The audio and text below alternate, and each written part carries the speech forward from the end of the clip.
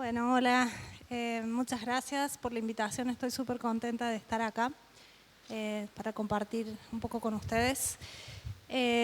Bueno, la idea era como que conversemos, charlar un poco sobre qué modos de producción, qué herramientas y qué dispositivos tenemos a mano y nos podemos inventar para poder contar historias propias, con nuestra propia identidad. Porque bueno, nada, como en este momento de globalización tan extrema, es importante encontrar eso que es particular y que es cercano a nosotros. Entonces, bueno, voy a contar un poco la historia, vamos a ver algunas cosas y después hacemos algunas preguntas, si quieren, al final. Ahí si querés pasar. Bueno, un poco estas son las preguntas que traigo, que son para pensar, que son básicamente cuáles son las historias que contamos, con quiénes y para quiénes también, que bueno, son las preguntas que se hace uno cuando hace cine, porque hacer cine es como tener la voluntad también de tocar y de afectar a otro. Uno no hace cine para uno mismo, entonces esa otra edad siempre tiene que estar presente, ¿no? y consciente. ¿Desde qué cuerpo? También, porque bueno, en el caso de los que hacemos animación más independiente, más de autor, ese tipo de cine requiere como mucha entrega y mucha entrega del cuerpo también, ¿no? Entonces es como que algo que hay que tener presente. Y cómo representamos nuestro mapa. Ese mapa no es solamente el mapa del territorio en el que vivimos, pensamos, creamos, sino también del territorio de los que estuvieron antes y de todas las cosas que andan dando vueltas en términos de ideas, de disputas, de pensamientos, ¿no? que nos involucran a nosotros como creadores y a los otros no creadores. Ahora sí, pasamos. Bueno, voy a empezar un poquito por cómo empecé yo, o sea, con mi historia en la animación, ¿no? Que tiene como 4 hitos. Me gustan muchísimo los animales, entonces siempre están incluidos o involucrados en todo lo que hago y lo que produzco. Como dijo Toto, soy guionista y soy directora y productora también. Productora por necesidad de los últimos años, pero empecé en realidad siendo guionista y directora, que es lo que más me gusta hacer, contar historias. Después me di cuenta que lo otro era necesario también. Pero bueno, eso no siempre fue así porque quería ser veterinaria toda mi vida con todas mis fuerzas, hasta un momento cuando tenía 15 años, que es más o menos en esa foto, cuando vi por primera vez La Naranja Mecánica, la película de Stanley Kubrick. Y yo, a pesar de que mi papá tenía un videoclub, que fue el primer videoclub que hubo en Córdoba, la ciudad donde yo vivo, había visto muchas películas, pero nunca una película me había afectado como de una manera muy particular como me pasó con esa. No sé si por que nunca había visto violencia en el cine o por lo político también de la película, ¿no? Y dije, wow, yo quiero hacer eso sí o sí. O sea, quiero contar historias y quiero afectar a otros como me afectaron a mí con esta película, por ejemplo. Entonces, bueno, cambié mis planes de ser veterinaria a estudiar cine, como 2 años antes de empezar la carrera. Y pensé que iba a hacer cine live action, porque la carrera donde estudié es una licenciatura en cine y televisión, no en animación. Yo no sabía que existía la animación, o sea, sabía que existía, pero nunca había pensado en eso. Entonces pensaba que iba a hacer live action y me anoté en esa carrera, que me encantó. Y en 4º año, que era casi ya terminando la carrera, tuve una materia de animación y una profesora, que es Carmen, que es esa persona que está ahí, que me inspiró y me motivó tanto, o sea, como descubrí haciendo esos trabajos prácticos, ¿no? Que eran animaciones muy sencillas. Fue como el segundo, wow, yo quiero hacer esto de mi vida, sin saber cómo, ¿no? Ni cómo se hacía nada, porque era solo una materia, no podíamos ver mucho, no podíamos realmente aprender a animar. Entonces, bueno, salí de la universidad sabiendo que quería hacer eso, pero sin saber cómo, y bueno, hacer autodidacta.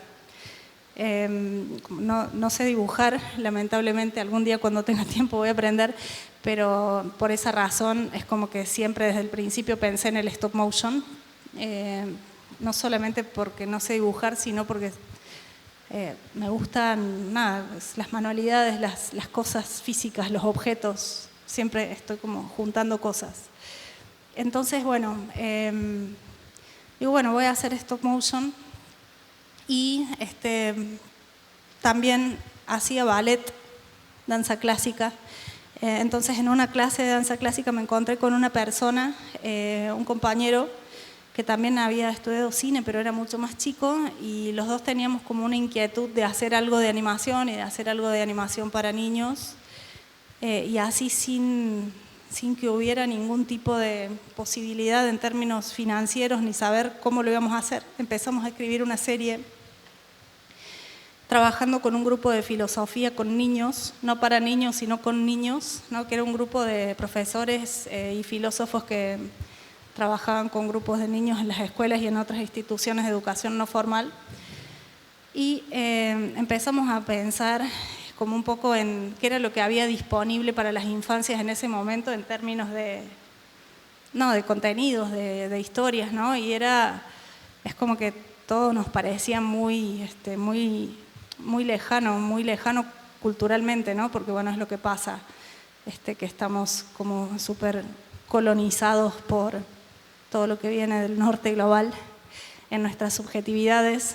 Entonces empezamos a pensar en, bueno, hagamos una serie de animación. Nunca habíamos hecho un corto, nada, directo a una serie en stop motion, así, de 0 a 100. Entonces empezamos a escribir y ¿en qué año fue? Bueno, no había ningún tipo de financiamiento en Argentina en esa época. Todo lo que se producía de animación era en Buenos Aires, estaba súper centralizado, en Córdoba no había nada. Y bueno, con el primer gobierno de Cristina Kirchner sale una ley de medios que permitía como un poco la federalización de los recursos para producir, y que promovía que en todas las provincias de Argentina se produzca, y salieron varios canales públicos que iban a distribuir esos contenidos. Y bueno, y salieron unos concursos para series de animación, que eran 5 premios, creo, en Argentina, o sea, un concurso nacional, y después en cada provincia había otros que eran federales, que eran, creo que 3 premios. Bueno, la cuestión es que nos dimos cuenta ahí, con los resultados de ese concurso, presentamos la serie y lo ganamos, pero también nos dimos cuenta de que de esos 5, 3 eran de Córdoba, de los nacionales, o sea, compitiendo con el resto del país, y que de los federales, que eran 3 provincias, creo que Córdoba y Santa Fe, no me acuerdo, había 2 que eran de Córdoba. Entonces, de repente, un montón de gente produciendo animación en Córdoba de un día para el otro. Y bueno, empezamos a conversar y a agruparnos y a charlar de nuestros desafíos, de nuestros problemas, y ayudarnos también en las formas de hacer las cosas. Y así se formó APA, que es la Asociación de Productores de Animación, que hoy tiene personería jurídica y bueno, es una institución, pero bueno, en ese momento éramos un grupo de gente que tenía plata por primera vez para hacer animación en la región.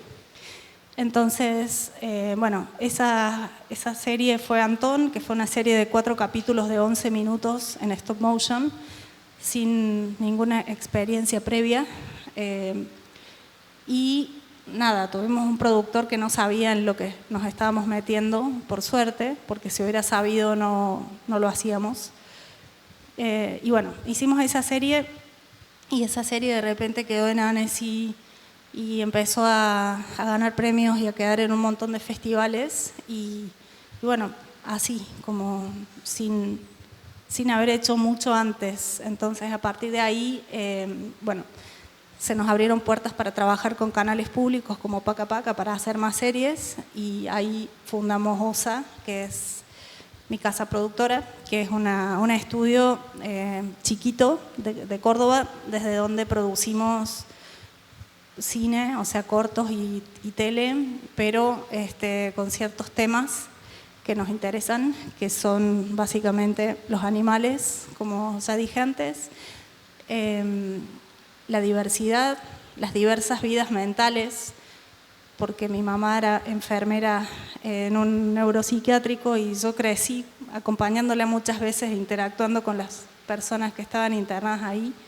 Entonces siempre tuve presente eso, ¿no? Como la diversidad y además como algo que me enseñaba mi mamá de muy chica, que es, bueno, si hay una persona al lado tuyo que se quiere lavar las manos 15 veces porque tiene miedo a las bacterias que hay ahí en las manos, que la van a atacar, ¿por qué te molesta? O sea, si eso le hace bien, a otro le hace bien otra cosa. Todos tenemos vidas mentales diferentes. Es como que siempre muy en contra como del diagnóstico y de la homologación y el del diagnóstico, que es un poco estigmatizante. Entonces ese tema siempre estuvo un poco presente. Y después, bueno, también lo político, porque bueno, nací en dictadura, siempre estuvo como muy, muy presente, político en el sentido no partidario, o sí, pero en el sentido de que uno está diciendo algo, ¿no? Y tiene que tener una opinión sobre eso, un punto de vista que ojalá toque, afecte a otro y lo haga pensar algo cuando sale del cine, ¿no? Que es por eso un poco que lo hacemos. Bueno, ahora sí, pásalo. Entonces, bueno, estas son un poco las cosas que he ido aprendiendo en la historia, que son un poco random, o sea, como que van en varias direcciones, ¿no? Lo primero, eso, lo de descartar nuestra propia contaminación, tiene que ver con eso que decía recién de que estamos colonizados, nuestras subjetividades están colonizadas por todo lo que viene del norte y de culturas que no son propias, que toman a todas las personas como sujetos de consumo sí o sí, a las que le quieren vender algo, que son historias que a lo mejor están muy lejos de nuestro día a día, ¿no? De la vida cotidiana. Entonces lo que hago siempre, como un poco al empezar a escribir o al interrogar un proyecto que me presentan para ver si me puedo involucrar, si quiero, es como intentar descartar todas las primeras capas, que no es fácil, sobre todo como guionista, ¿no? Cuando escribo, entusiasmada con una idea y todo, y después como me pongo la propia obstrucción de decir, bueno, esto no. O sea, como que todas las primeras capas son productos de esa contaminación y de todo lo que consumimos, que muchas veces hace que escribamos algo pensando que es algo propio realmente y no, simplemente como estamos sin darnos cuenta replicando modelos, replicando estructuras narrativas, replicando prejuicios, a veces replicando cosas jodidas sin darnos cuenta. Entonces, por ahí está bueno como intentar hacer el ejercicio de descartar y de buscar que haya unas capas más abajo. Y bueno, y ahí es donde entran otras cosas más, como más personales, ¿no? Que uno tiene que buscar en las obsesiones, en los miedos recurrentes, en la memoria. Entonces, es como un poco el ejercicio que hago. Después, bueno, lo de intentar la mirada situada está un poco relacionado también, que es básicamente pensar en dónde estamos, ¿no? Desde qué lugar, desde dónde vamos a decir algo. No estamos en Estados Unidos. Yo estoy en Córdoba, Argentina, y las cosas que pasan acá y tengo que tenerlo en cuenta, ¿no? Y yo estoy ahora, pero antes hubo otra gente.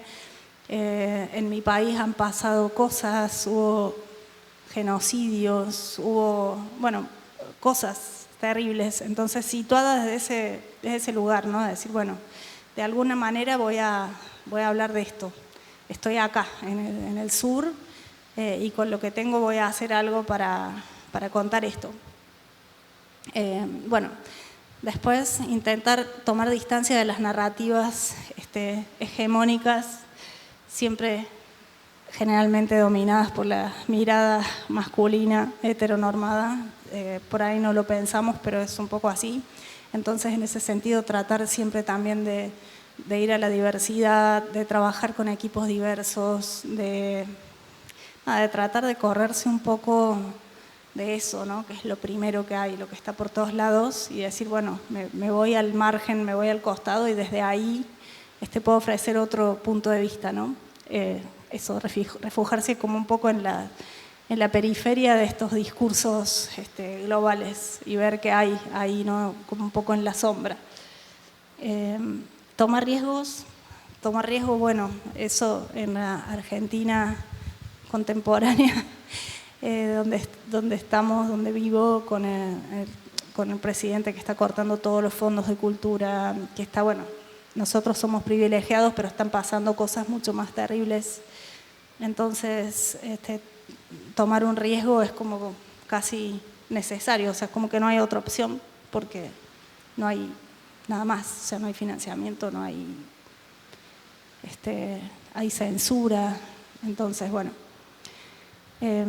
pensar en otros y con otros es pensar también un poco en esa persona a la que le hablo, ¿no? Y decir, bueno, voy a ser responsable con lo que voy a decir, porque tengo el privilegio de trabajar de esto, de poder hablar, de poder hacer cine, bueno, cuando puedo, no siempre.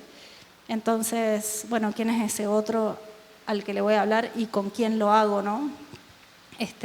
Siempre tratando de ser como súper cuidadoso cuando se habla de ciertos temas, no sé, de discapacidad, de pueblos originarios, siempre tratar de estar en contacto, o bueno, de niños, como yo les conté que lo hago, o sea, cuando escribo para niños trabajo con esta gente, voy a los grupos donde están los niños a escucharlos filosofar, porque claro, ellos son los expertos en ser niños y es difícil pensar para niños desde una cabeza de adulto. Entonces ese contacto es súper importante.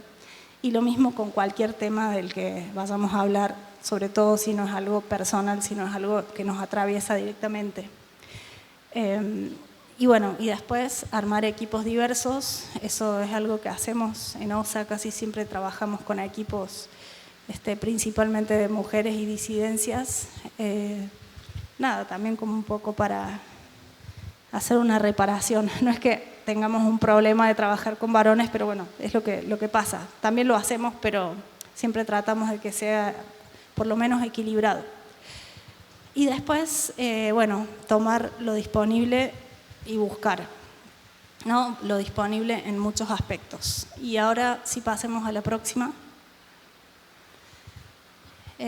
Bueno, acá hice como una pequeña lista de los elementos disponibles, por lo menos los que voy agarrando yo, materia prima de las personas que contamos historias, temas universales, que son los que están siempre, ¿no? En el cine, en la literatura, y que después tenemos como un poco la responsabilidad de volverlos particulares, de hablar de lo universal desde lo muy particular, y en eso está relacionado también lo que decía de la mirada situada.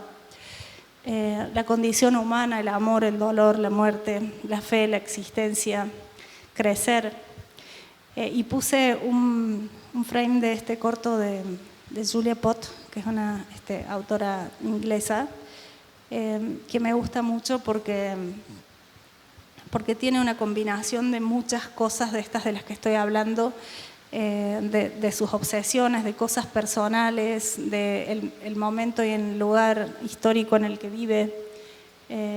Y bueno, ha logrado como con ese corto, que además siempre se lo muestro a mis estudiantes, porque ella tiene como una investigación y un brainstorming con este corto que es súper interesante y que está un poco relacionado con estos elementos de búsqueda, ¿no? De búsqueda de recursos y de materiales para escribir y para crear. Ahora sí pasemos. Bueno, acá imágenes, son algunas imágenes de Carne de Dios, que es un corto que produje de Patricio Plaza, junto con Silvia, que está por ahí, y Lucía, un súper equipo internacional, una coproducción latinoamericana 100%, porque bueno, buscamos plata en Europa, pero creo que por el tema no les gustó mucho, porque habla un poco sobre colonización. Entonces la puse para ilustrar de que todo el cine es político y de cómo buscar eso que es propio, ¿no? Situado. Bueno, ahora pasemos. Y después, bueno, por un lado nuestro posicionamiento político sobre las cosas, que es la opinión que tenemos, ¿no? Y que vamos a transmitir y que vamos a contar con la idea de hacerle pensar algo a la persona al salir del cine, que se lleve algo. No o sea, como baja línea ni nada, sino lograr afectarlo o tocarlo de alguna manera, ¿no? Para que se transforme. Y bueno, hablando un poco de esto que les decía de hacerlo particular, una de las cosas que me parece súper interesante siempre es esta investigación interna, que son esas cosas que tenemos adentro, las que empiezan a aparecer cuando descartamos las primeras capas, que son las capas de la contaminación. Entonces, es interesante como pensar un poco en las propias obsesiones, porque algo que nos obsesiona es algo que nos tiene clavados ahí por alguna razón, sea lo que sea, ¿no? Y si eso nos tiene así a nosotros, es posible que eso también, pueda tocar o interesar a otra persona. Entonces siempre como trabajo bastante con eso, o sea, con las listas de obsesiones, con la observación sensible como un poco de la realidad, ¿no? Como de subirte en el transporte público, escuchar las conversaciones, mirar cómo un perro se da vuelta y roba una empanada de un carrito, todas esas cosas que están pasando ahí alrededor todo el tiempo y que uno está con el celular, no las ve o muy metido en su cabeza, pero que si uno hace el ejercicio de ir de sensibilización al contexto y de ir a ver qué hay, pasan un montón de cosas. Entonces, ese es otro recurso, ¿no? Esta sensibilización al contexto, las listas de obsesiones, las listas de sueños recurrentes o de pesadillas, de todo esto que está como de alguna manera en el inconsciente. Bueno, ahí hay un montón de material y a veces también es descubrir cosas que no nos gustan de uno mismo, a veces no es tan fácil, pero hay muchas cosas que sirven. Y Julia Pott en su corto lo hace, Patricio Plaza en Carne de Dios también, entonces siempre es como un aglutinamiento, una combinación de un pensamiento político con algo muy personal, con algo que vimos y que nos llamó la atención, y después todo eso como de alguna manera se va como amalgamando.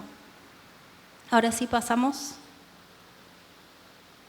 Uy, esa se ve rarísima, pero está buena igual así. Esto es una imagen que esa foto no está en internet en ningún lado, la saqué una captura de la película porque es una imagen que es muy breve en la película Fresas Salvajes de Bergman, que para mí pudo como representar el máximo terror que yo vi en el cine. Y es increíble porque es en una escena que es en pleno día, con un montón de luz del sol, sin nada sobrenatural, nada.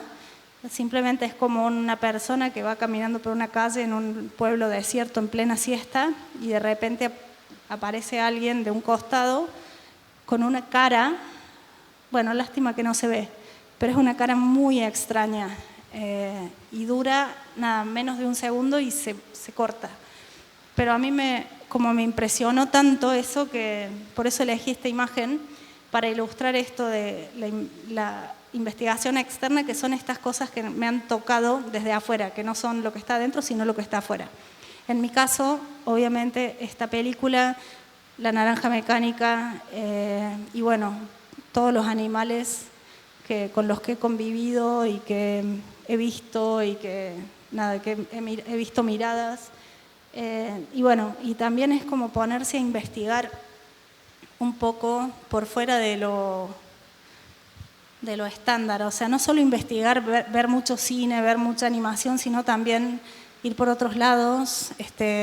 Yo veo muchos, por ejemplo, colecciones de fotógrafos, porque captan cosas de muchos lugares del mundo que son reales, gestos, cómo le da la luz a una cosa, y que pueden ser como súper elocuentes. Entonces, esa investigación también, nada, en Wikipedia, YouTube, videos de animales, todas estas cosas que después de alguna manera terminan como encajando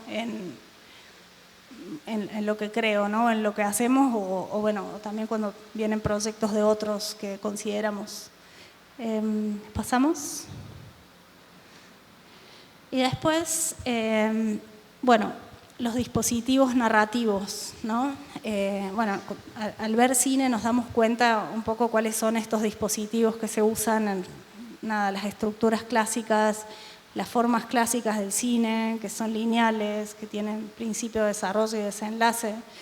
Entonces yo lo que intento es como un poco jugar con otras cosas que no son las estructuras clásicas. Y digo jugar en el sentido de ver otra manera de mirar que no sea la historia cronológica, por ejemplo. En este caso puse esa foto porque estaba con unas amigas en el sur de Argentina, en la Patagonia, y descubrimos que había un montón de cosas pasando en unos huecos que había en el mar. Entonces queríamos ver de cerca y bueno, nada, inventamos una forma de hacer snorkel, pero sin estar en el agua, porque no había profundidad, para poder ver todo eso que estaba pasando. Y a eso me refiero con inventarse una forma, que es, por ejemplo, pensar en la forma de una película no como una línea, sino como, no sé, ¿qué pasaría si mi película es una mancha que tiene unas partes más oscuras, que se va hacia un costado, que tiene unas partes más claras? ¿Qué pasa si construyo mi historia con eso? O, no sé, por ejemplo, estoy ahora asesorando un guión de un chico que está escribiendo una película que tiene que ver con el mar, ¿no? Y con un misterio alrededor de un pueblo costero. Entonces empezamos a pensar en la forma que tiene la marea, ¿no? Entonces, lo que yo le propuse es que piense por ahí que cuando sube la marea tapa todo lo que hay en la playa, entonces no tenemos acceso a ver qué hay ahí. ¿Y qué pasa si cuando la marea sube, toda la información de los personajes se confunde y todos los datos que nos habían dado se mezclan y cuando la marea baja se revelan nuevas cosas en la historia? Aparecen personajes nuevos, aparecen revelaciones o soluciones.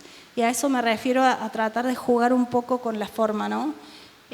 También puede ser como una forma de un árbol, ¿no? Una historia principal con fugas hacia los costados que se diversifican y que a lo mejor nunca vuelven al centro. No sé, cualquier cosa que veamos puede ser la forma de una película y para mí es interesante jugar un poco más que con la línea de 3 actos de la estructura clásica. Ahora siguiente. Y bueno, hablando un poco de la forma, hace poquito descubrí esta serie que se llama Mononoke, que es de 1980, creo que ahora hay una película nueva, no la vi todavía, que me pareció interesante también para pensar el cine, ¿no? El plot de esta serie, que dice: un misterioso vendedor de medicinas recorre el Japón feudal con una misión: usar sus conocimientos acerca de entidades sobrenaturales para identificar, comprender y derrotar a los mononokes, espíritus malignos capaces de adoptar distintas formas que aterrorizan a personas inocentes. Los mononokes son espíritus vengativos que adoptan formas que reflejan sus traumas y obsesiones, haciendo que sus formas físicas sean extensiones de su intenso dolor interno. El propósito del boticario, que es el protagonista, es comprender y exorcizar a los espíritus, lo que solo puede lograrse al desentrañar su forma, su razón y su verdad. Ahora lo pasamos. La forma se refiere a la manifestación física del mononoke. Es la apariencia externa que adopta el espíritu, pero también está intrínsecamente relacionada con las emociones y experiencias que le dieron origen. La forma es lo primero que el vendedor de medicinas debe identificar, ya que es la puerta de entrada para entender a la entidad. Entonces eso como me gusta un poco para pensar en el diseño de personajes, ¿no? Bueno, ¿cuál es la forma que le damos al personaje? ¿Qué es lo primero que el espectador va a ver? Porque la idea es que después pueda ver lo otro, ¿no? Lo que está detrás. Pero lo primero que ve, ¿qué es? ¿Y qué estoy diciendo con eso? ¿Y estoy seguro de que no estoy replicando formas de otros? ¿Estoy seguro de que no estoy haciendo algo que es un humano en general, cómo hacer para que sea más particular, para que sea único, ¿no?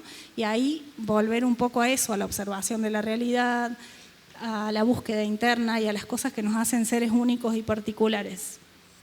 La razón es la motivación o causa que da origen al mononoke. Se refiere a los sentimientos profundos como el odio, el rencor, el dolor o la tristeza que hacen que el espíritu exista en primer lugar. Descubrir la razón es esencial para comprender por qué el mononoke actúa de la manera en que lo hace. Sin esta comprensión no es posible avanzar hacia la resolución del conflicto. Entonces, está bueno para pensar esto, o sea, qué es lo que hacemos al escribir una película, pensar en qué es lo que motiva a nuestros personajes a hacer lo que hacen, ¿no? Y también qué es lo consciente y qué es lo inconsciente. O sea, el mononoke expresa cambiando de forma su dolor, ¿no? Pero lo que refleja eso es algo como mucho más profundo, que es lo inconsciente, que es lo involuntario, ¿no? Entonces siempre como al construir un personaje está bueno pensar qué es lo consciente, lo que él cree que quiere, lo que él cree que sabe y qué es lo que no es consciente, pero que controla y dirige sus actos de alguna manera, ¿no? Entonces así los personajes tienen mucho más volumen y son más complejos. Y la verdad es la lógica o principio subyacente que rige el mononoke, es el entendimiento completo de la historia detrás del espíritu, cómo se originó, por qué existe y cuál es su propósito. Verdad es la clave final que el boticario debe descubrir para poder sellar o exorcizar al mononoke. Entonces, bueno, esa es la pregunta que siempre me hago, ¿qué verdad es la que quiero que se lleven las personas al salir del cine? ¿No? Pero también tiene que ver con los personajes, con su historia, que es la historia que tiene el personaje antes de empezar la película y que es la historia que ha causado que tenga esa vida interna y ese subconsciente tan complejo que se expresa adentro de nuestra película de otras maneras. Entonces me pareció como que estaba bueno usar la forma de una película para explicar un poco cómo pensar y construir personajes en sus mundos. Bueno, pasemos ahora. Entonces, bueno, acá, nada, dejé como una pequeña lista de un poco de todas estas cosas o las cosas en las que nos agarramos para poder producir. Una es la imaginación, pero no solo la imaginación de creador, sino también la imaginación de productora, porque hacer cine de animación acá en el sur, donde no hay una mega industria, y en Argentina, bueno, ni hablar con la montaña rusa que es la economía y la política, y últimamente, entonces es como un poco imaginar, crear nuevas imaginaciones donde producir sea posible, ¿no? Y pensar estrategias que muchas veces se van de las estrategias normales o lineales. Invertir en el desarrollo, bueno, eso es como un poco casi una obligación, porque nada, es como un poco el trabajo del autor y el director cuando empieza con una idea, invertir tiempo en eso, creo que todos un poco lo sabemos. No hay nadie que venga y te diga toma plata cuando vos decís tengo una idea para una animación, jamás pasa, es como que hay que invertir un montón. Después las coproducciones también, porque bueno, un poco los costos de las películas nos dicen que es muy difícil que un país latinoamericano pueda producir solo una película, por ejemplo, un largometraje o una serie. Escuchaba la charla de Nahuel, el libro mágico, y sí, claro, es eso. Es como exactamente lo que él decía. Bueno, el trabajo creativo de los productores y después también las redes y la cooperación entre personas, ¿no? Las asociaciones, el ayudarse, el también poder ayudar a los otros que están empezando en hacer algo que no sea solo para uno, sino para todos, porque si al otro le va bien, seguramente a nosotros también, ¿no? Es como pensar un poquito más que voy a hacer mi kiosco de cine de animación y pensar en cómo puedo ayudar a otros o a las nuevas generaciones o a los que están arrancando. Entonces eso un poco lo hacemos a través de nuestra asociación, que es la que les conté antes, que se llama APA, Y bueno, y desde APA hacemos y organizamos varias instancias de formación. Una es una residencia internacional y otra es APA Lab, que es un laboratorio latinoamericano de desarrollo de proyectos que existe desde el 2018, en el que, ahí pasemos, en el que, bueno, se seleccionan proyectos latinoamericanos de cortos y de series y tienen una semana intensiva en Córdoba, con mentorías en guión, dirección, producción y pitch, y tienen premios para acceder a mercados internacionales, a ANESI, a Quirino, tienen premios en software y en tecnología, en tabletas, pero sobre todo lo más importante es estas mentorías que tienen una semana intensiva de trabajo y todas las redes que se dan durante el evento, que además tiene un pequeño mercado con rondas de negocios. Entonces, ese laboratorio lo hacemos desde el 2018, desde la asociación totalmente ad honorem y todos los años empezando sin un peso, sin saber si íbamos a tener financiamiento para hacerlo y buscando así, tocando puertas. Y así tocando puertas hemos conseguido que nos apoye un montón de gente, desde el Festival de Annecy hasta la UNESCO, y muchas personas que con pequeños aportes ayudan a que se pueda seguir haciendo APA Lab. Ahora sí tenemos un pequeño video de APA Lab, si lo podemos poner.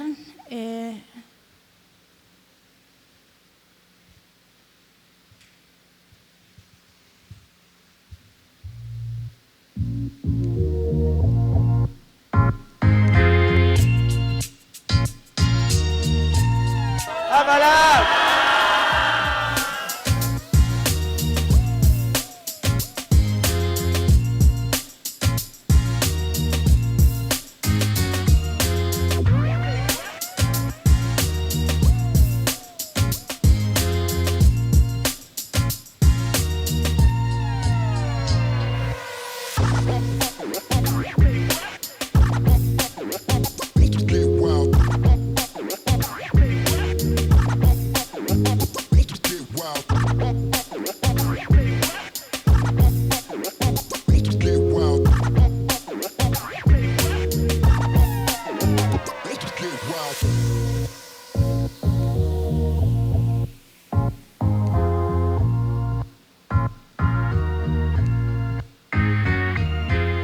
Toda la vida viajando de un sitio a otro y lo que tenéis aquí es muy, muy especial.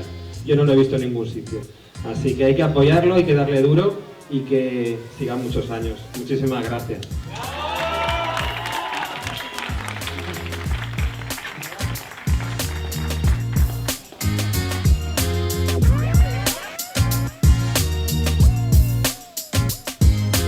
Bueno, ese es el del 2019 porque no encontré los más últimos. Pero bueno, nada, ese laboratorio siempre es entre abril y mayo. Ahora ya cerró la convocatoria, este año tuvimos un récord de inscripciones, pero igual lo que más satisfacción nos da es ver cómo los cortos que pasaron por los primeros APA Labs se hicieron y están dando vueltas, ganando premios, y todas las coproducciones que se han generado entre los participantes de APA Lab, o entre los participantes y los jurados y los tutores también. Y eso pasa todo el tiempo y es increíble porque es, nada, eso, generar un contexto para que esas cosas pasen. Bueno, seguimos. Bueno, lo anterior era redes y cooperación. Esto es un poco trabajo creativo de productores y también coproducciones. Este es el caso de una serie que hicimos hace un par de años, que es sobre animales. Como no fui veterinaria, entonces promuevo la adopción de animales en los contenidos que hago. Y bueno, era una serie que tenía ganas de hacer hace mucho, que son documentales animados con historias de niños y animales que se adoptan mutuamente. Y bueno, hace rato que estaba desarrollando la serie y bueno, no tenía cómo financiarla. Entonces hablé con Paca Paca, con quienes ya había producido otra serie, y me dijeron, bueno, sí, lo hagamos, pero no había plata suficiente para financiar en un solo país 15 episodios. Entonces dijimos, con Cielo, que era la directora de Paca Paca en ese momento, bueno, salimos a buscar coproducciones. Entonces ella habló con alguien del CNTV infantil de acá de Chile, y yo tenía contacto con gente de un canal de Colombia que se llama Eureka, que ellos me habían comprado una serie anterior sobre animales, entonces esta era la versión de niños, la anterior era de adultos, entonces empezamos como a hablar un poco de cómo podría hacerse esta coproducción, pero así sin convocatoria, medio como hablando, viendo, buscando la vuelta, pensando.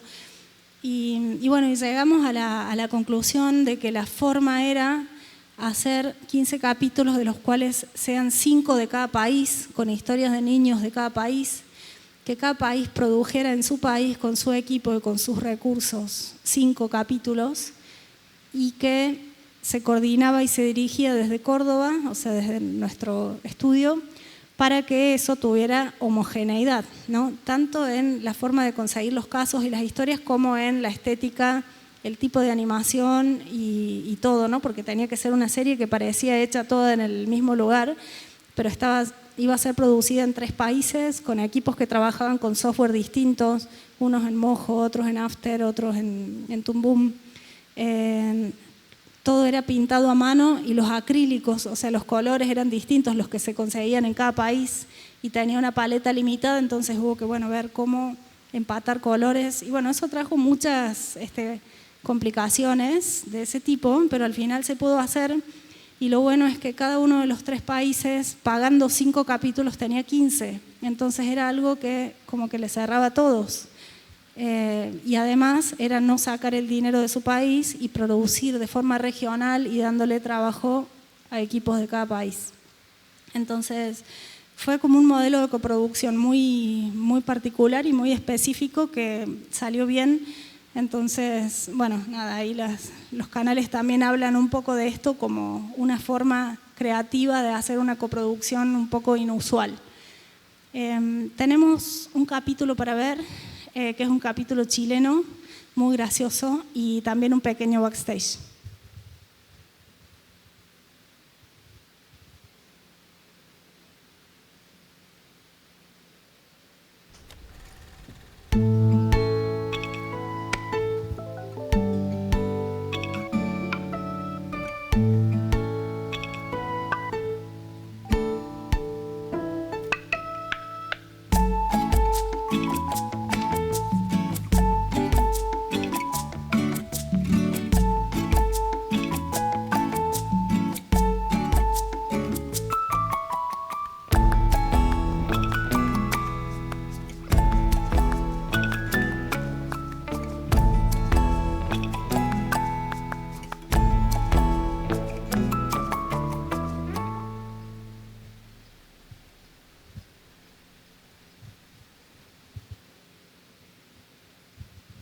Ahora vemos el otro.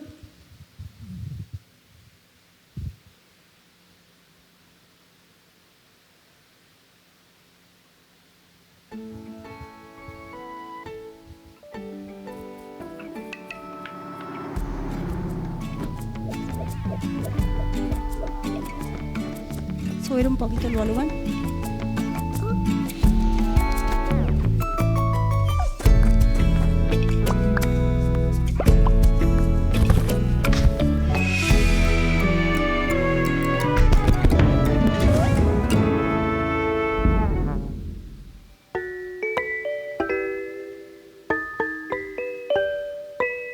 Hola, soy Emilia y tengo 8 años. Esta es la Corazón, yo le digo Corazón porque es súper tierna.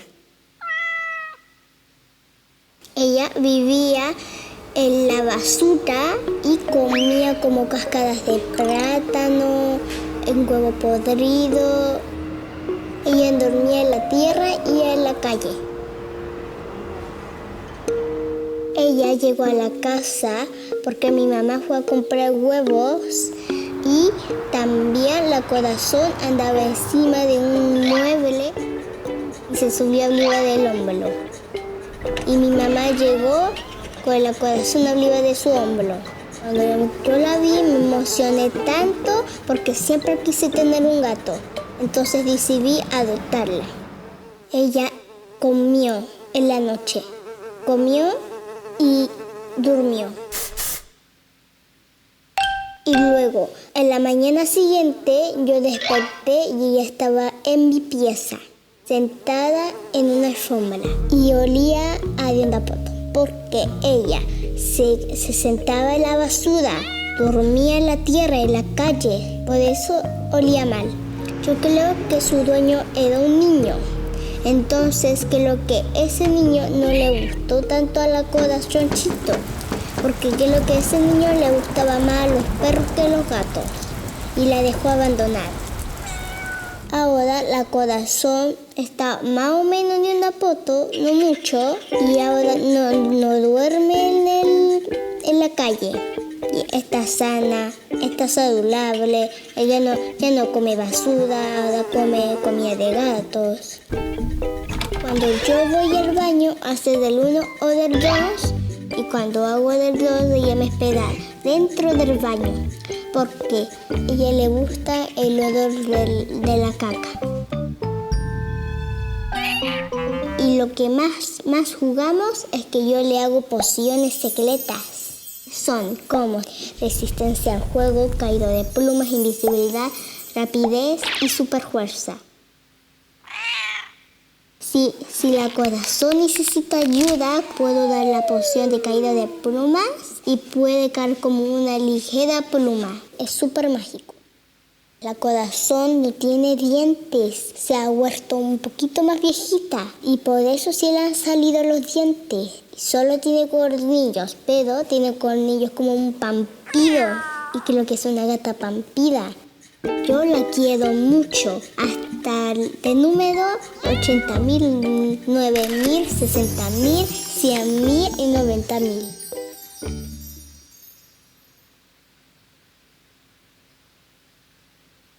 Corazón es una gata muy coqueta. Incluso lo era cuando vivía en la calle. Para ella, todos los olores son perfumes. Algunos de sus favoritos son huevo podrido, agüita de basura, plátano y poto. Un día vagabundeaba buscando olores y vio a una mujer. Su poderosa intuición gatuna le dijo: «Súbete a su hombro». Y ese fue el comienzo de una linda historia. Porque en un 2x3 terminó en la casa de Emilia, una niña hechicera que sabía como 100 hechizos. Y eso es un montón. Pero lo mejor de todo sucedió cuando acompañó a Emilia al baño. Este es el mejor perfume del mundo. Muy sofisticado, pensó Corazón. Ahora come comida de gato sabor atún y a veces extraña los olores del pasado. Pero lo mejor de todo es que Emilia la cuida y dice que es una gata vampira, aunque Corazón no sabe muy bien qué significa eso.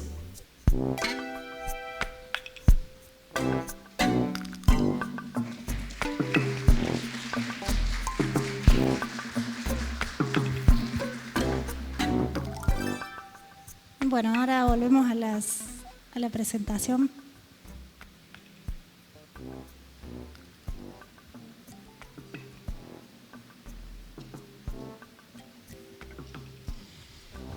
Bueno, también es otro ejemplo de lo que les decía antes, de que tenemos que invertir en el desarrollo. Este es un corto que terminamos el año pasado. Yo lo conocí en APALAB en el 2019. Yo organizaba APALAB y el Nico, que es el codirector, quedó seleccionado y ahí como descubrí el proyecto, me encantó y empezamos a trabajar juntos. Y bueno, pasamos 5 años desarrollándolo y presentándolo. Empezó con APALAB, en APALAB ganó un premio, después fue a Pixelatl, a Shortway, ahí ganó un premio para ir a pitchar a MIFA. Después estuvo en Animarket, en el Stop Motion Forum, y así como remándola, invirtiendo, reescribiendo el guión, haciendo por nuestra cuenta los puppets, haciendo un teaser, financiándolo nosotros, así para ir avanzando y participando en los mercados y en los festivales. Y finalmente cuando estuvimos por Animarket, que es el foro para stop motion, ahí apareció un productor francés que bueno, a mí me encantaba lo que hacían, se llama Vip Malundi. Ellos habían hecho O Willy y un montón de cortos que para mí eran una referencia. Y bueno, y cuando él me llamó, que había visto el pitch, empezamos a hablar y terminamos haciendo una coproducción.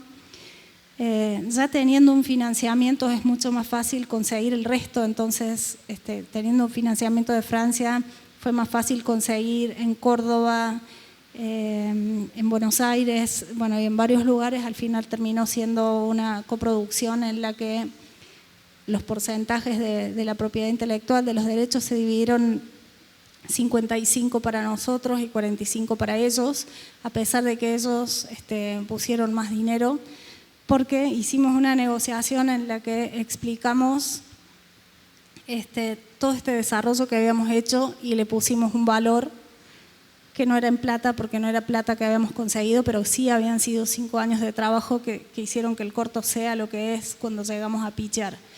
Entonces ellos estuvieron de acuerdo y reconocieron eso, y por eso también digo que han sido como muy buenos coproductores, porque entendieron un poco también la situación de la diferencia de dinero, de monedas, de trabajo y de varias cosas. Y bueno, ahora está dando vueltas en festivales y circulando el corto, y la verdad que era la primera experiencia de coproducción con Europa y bueno, y salió bien.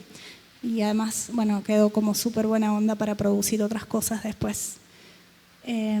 Bueno, y ahora la última, creo que queda una, que es un poco un resumen de todo lo que estuve charlando. Son todas palabras con I, que tienen que ver un poco con lo que estuve contando, o sea, la intención, que es esa fuerza que tenemos que tener para llevar adelante proyectos tan largos, la inmersión, que es estar inmersos en nuestro contexto, en nuestra Latinoamérica, en nuestro territorio, el impulso, que es esa fuerza un poco irracional que nos lleva a seguir adelante siempre, aunque nos nieguen el financiamiento una y otra vez, la inocencia, que es también un poco no pensar tanto, ¿no? Y no esperar a tener todo asegurado para hacer algo, sino como empezar y dar pequeños pasos. La inteligencia para pensar estrategias marginales diferentes, y la insistencia sobre todo, que bueno, es la clave para los que hacemos animación. Así que bueno, no sé, eso era todo. No sé si tienen alguna pregunta o cosa que quieran charlar. Ni sé qué hora es. Supongo que estoy bien, si no me hubieran echado.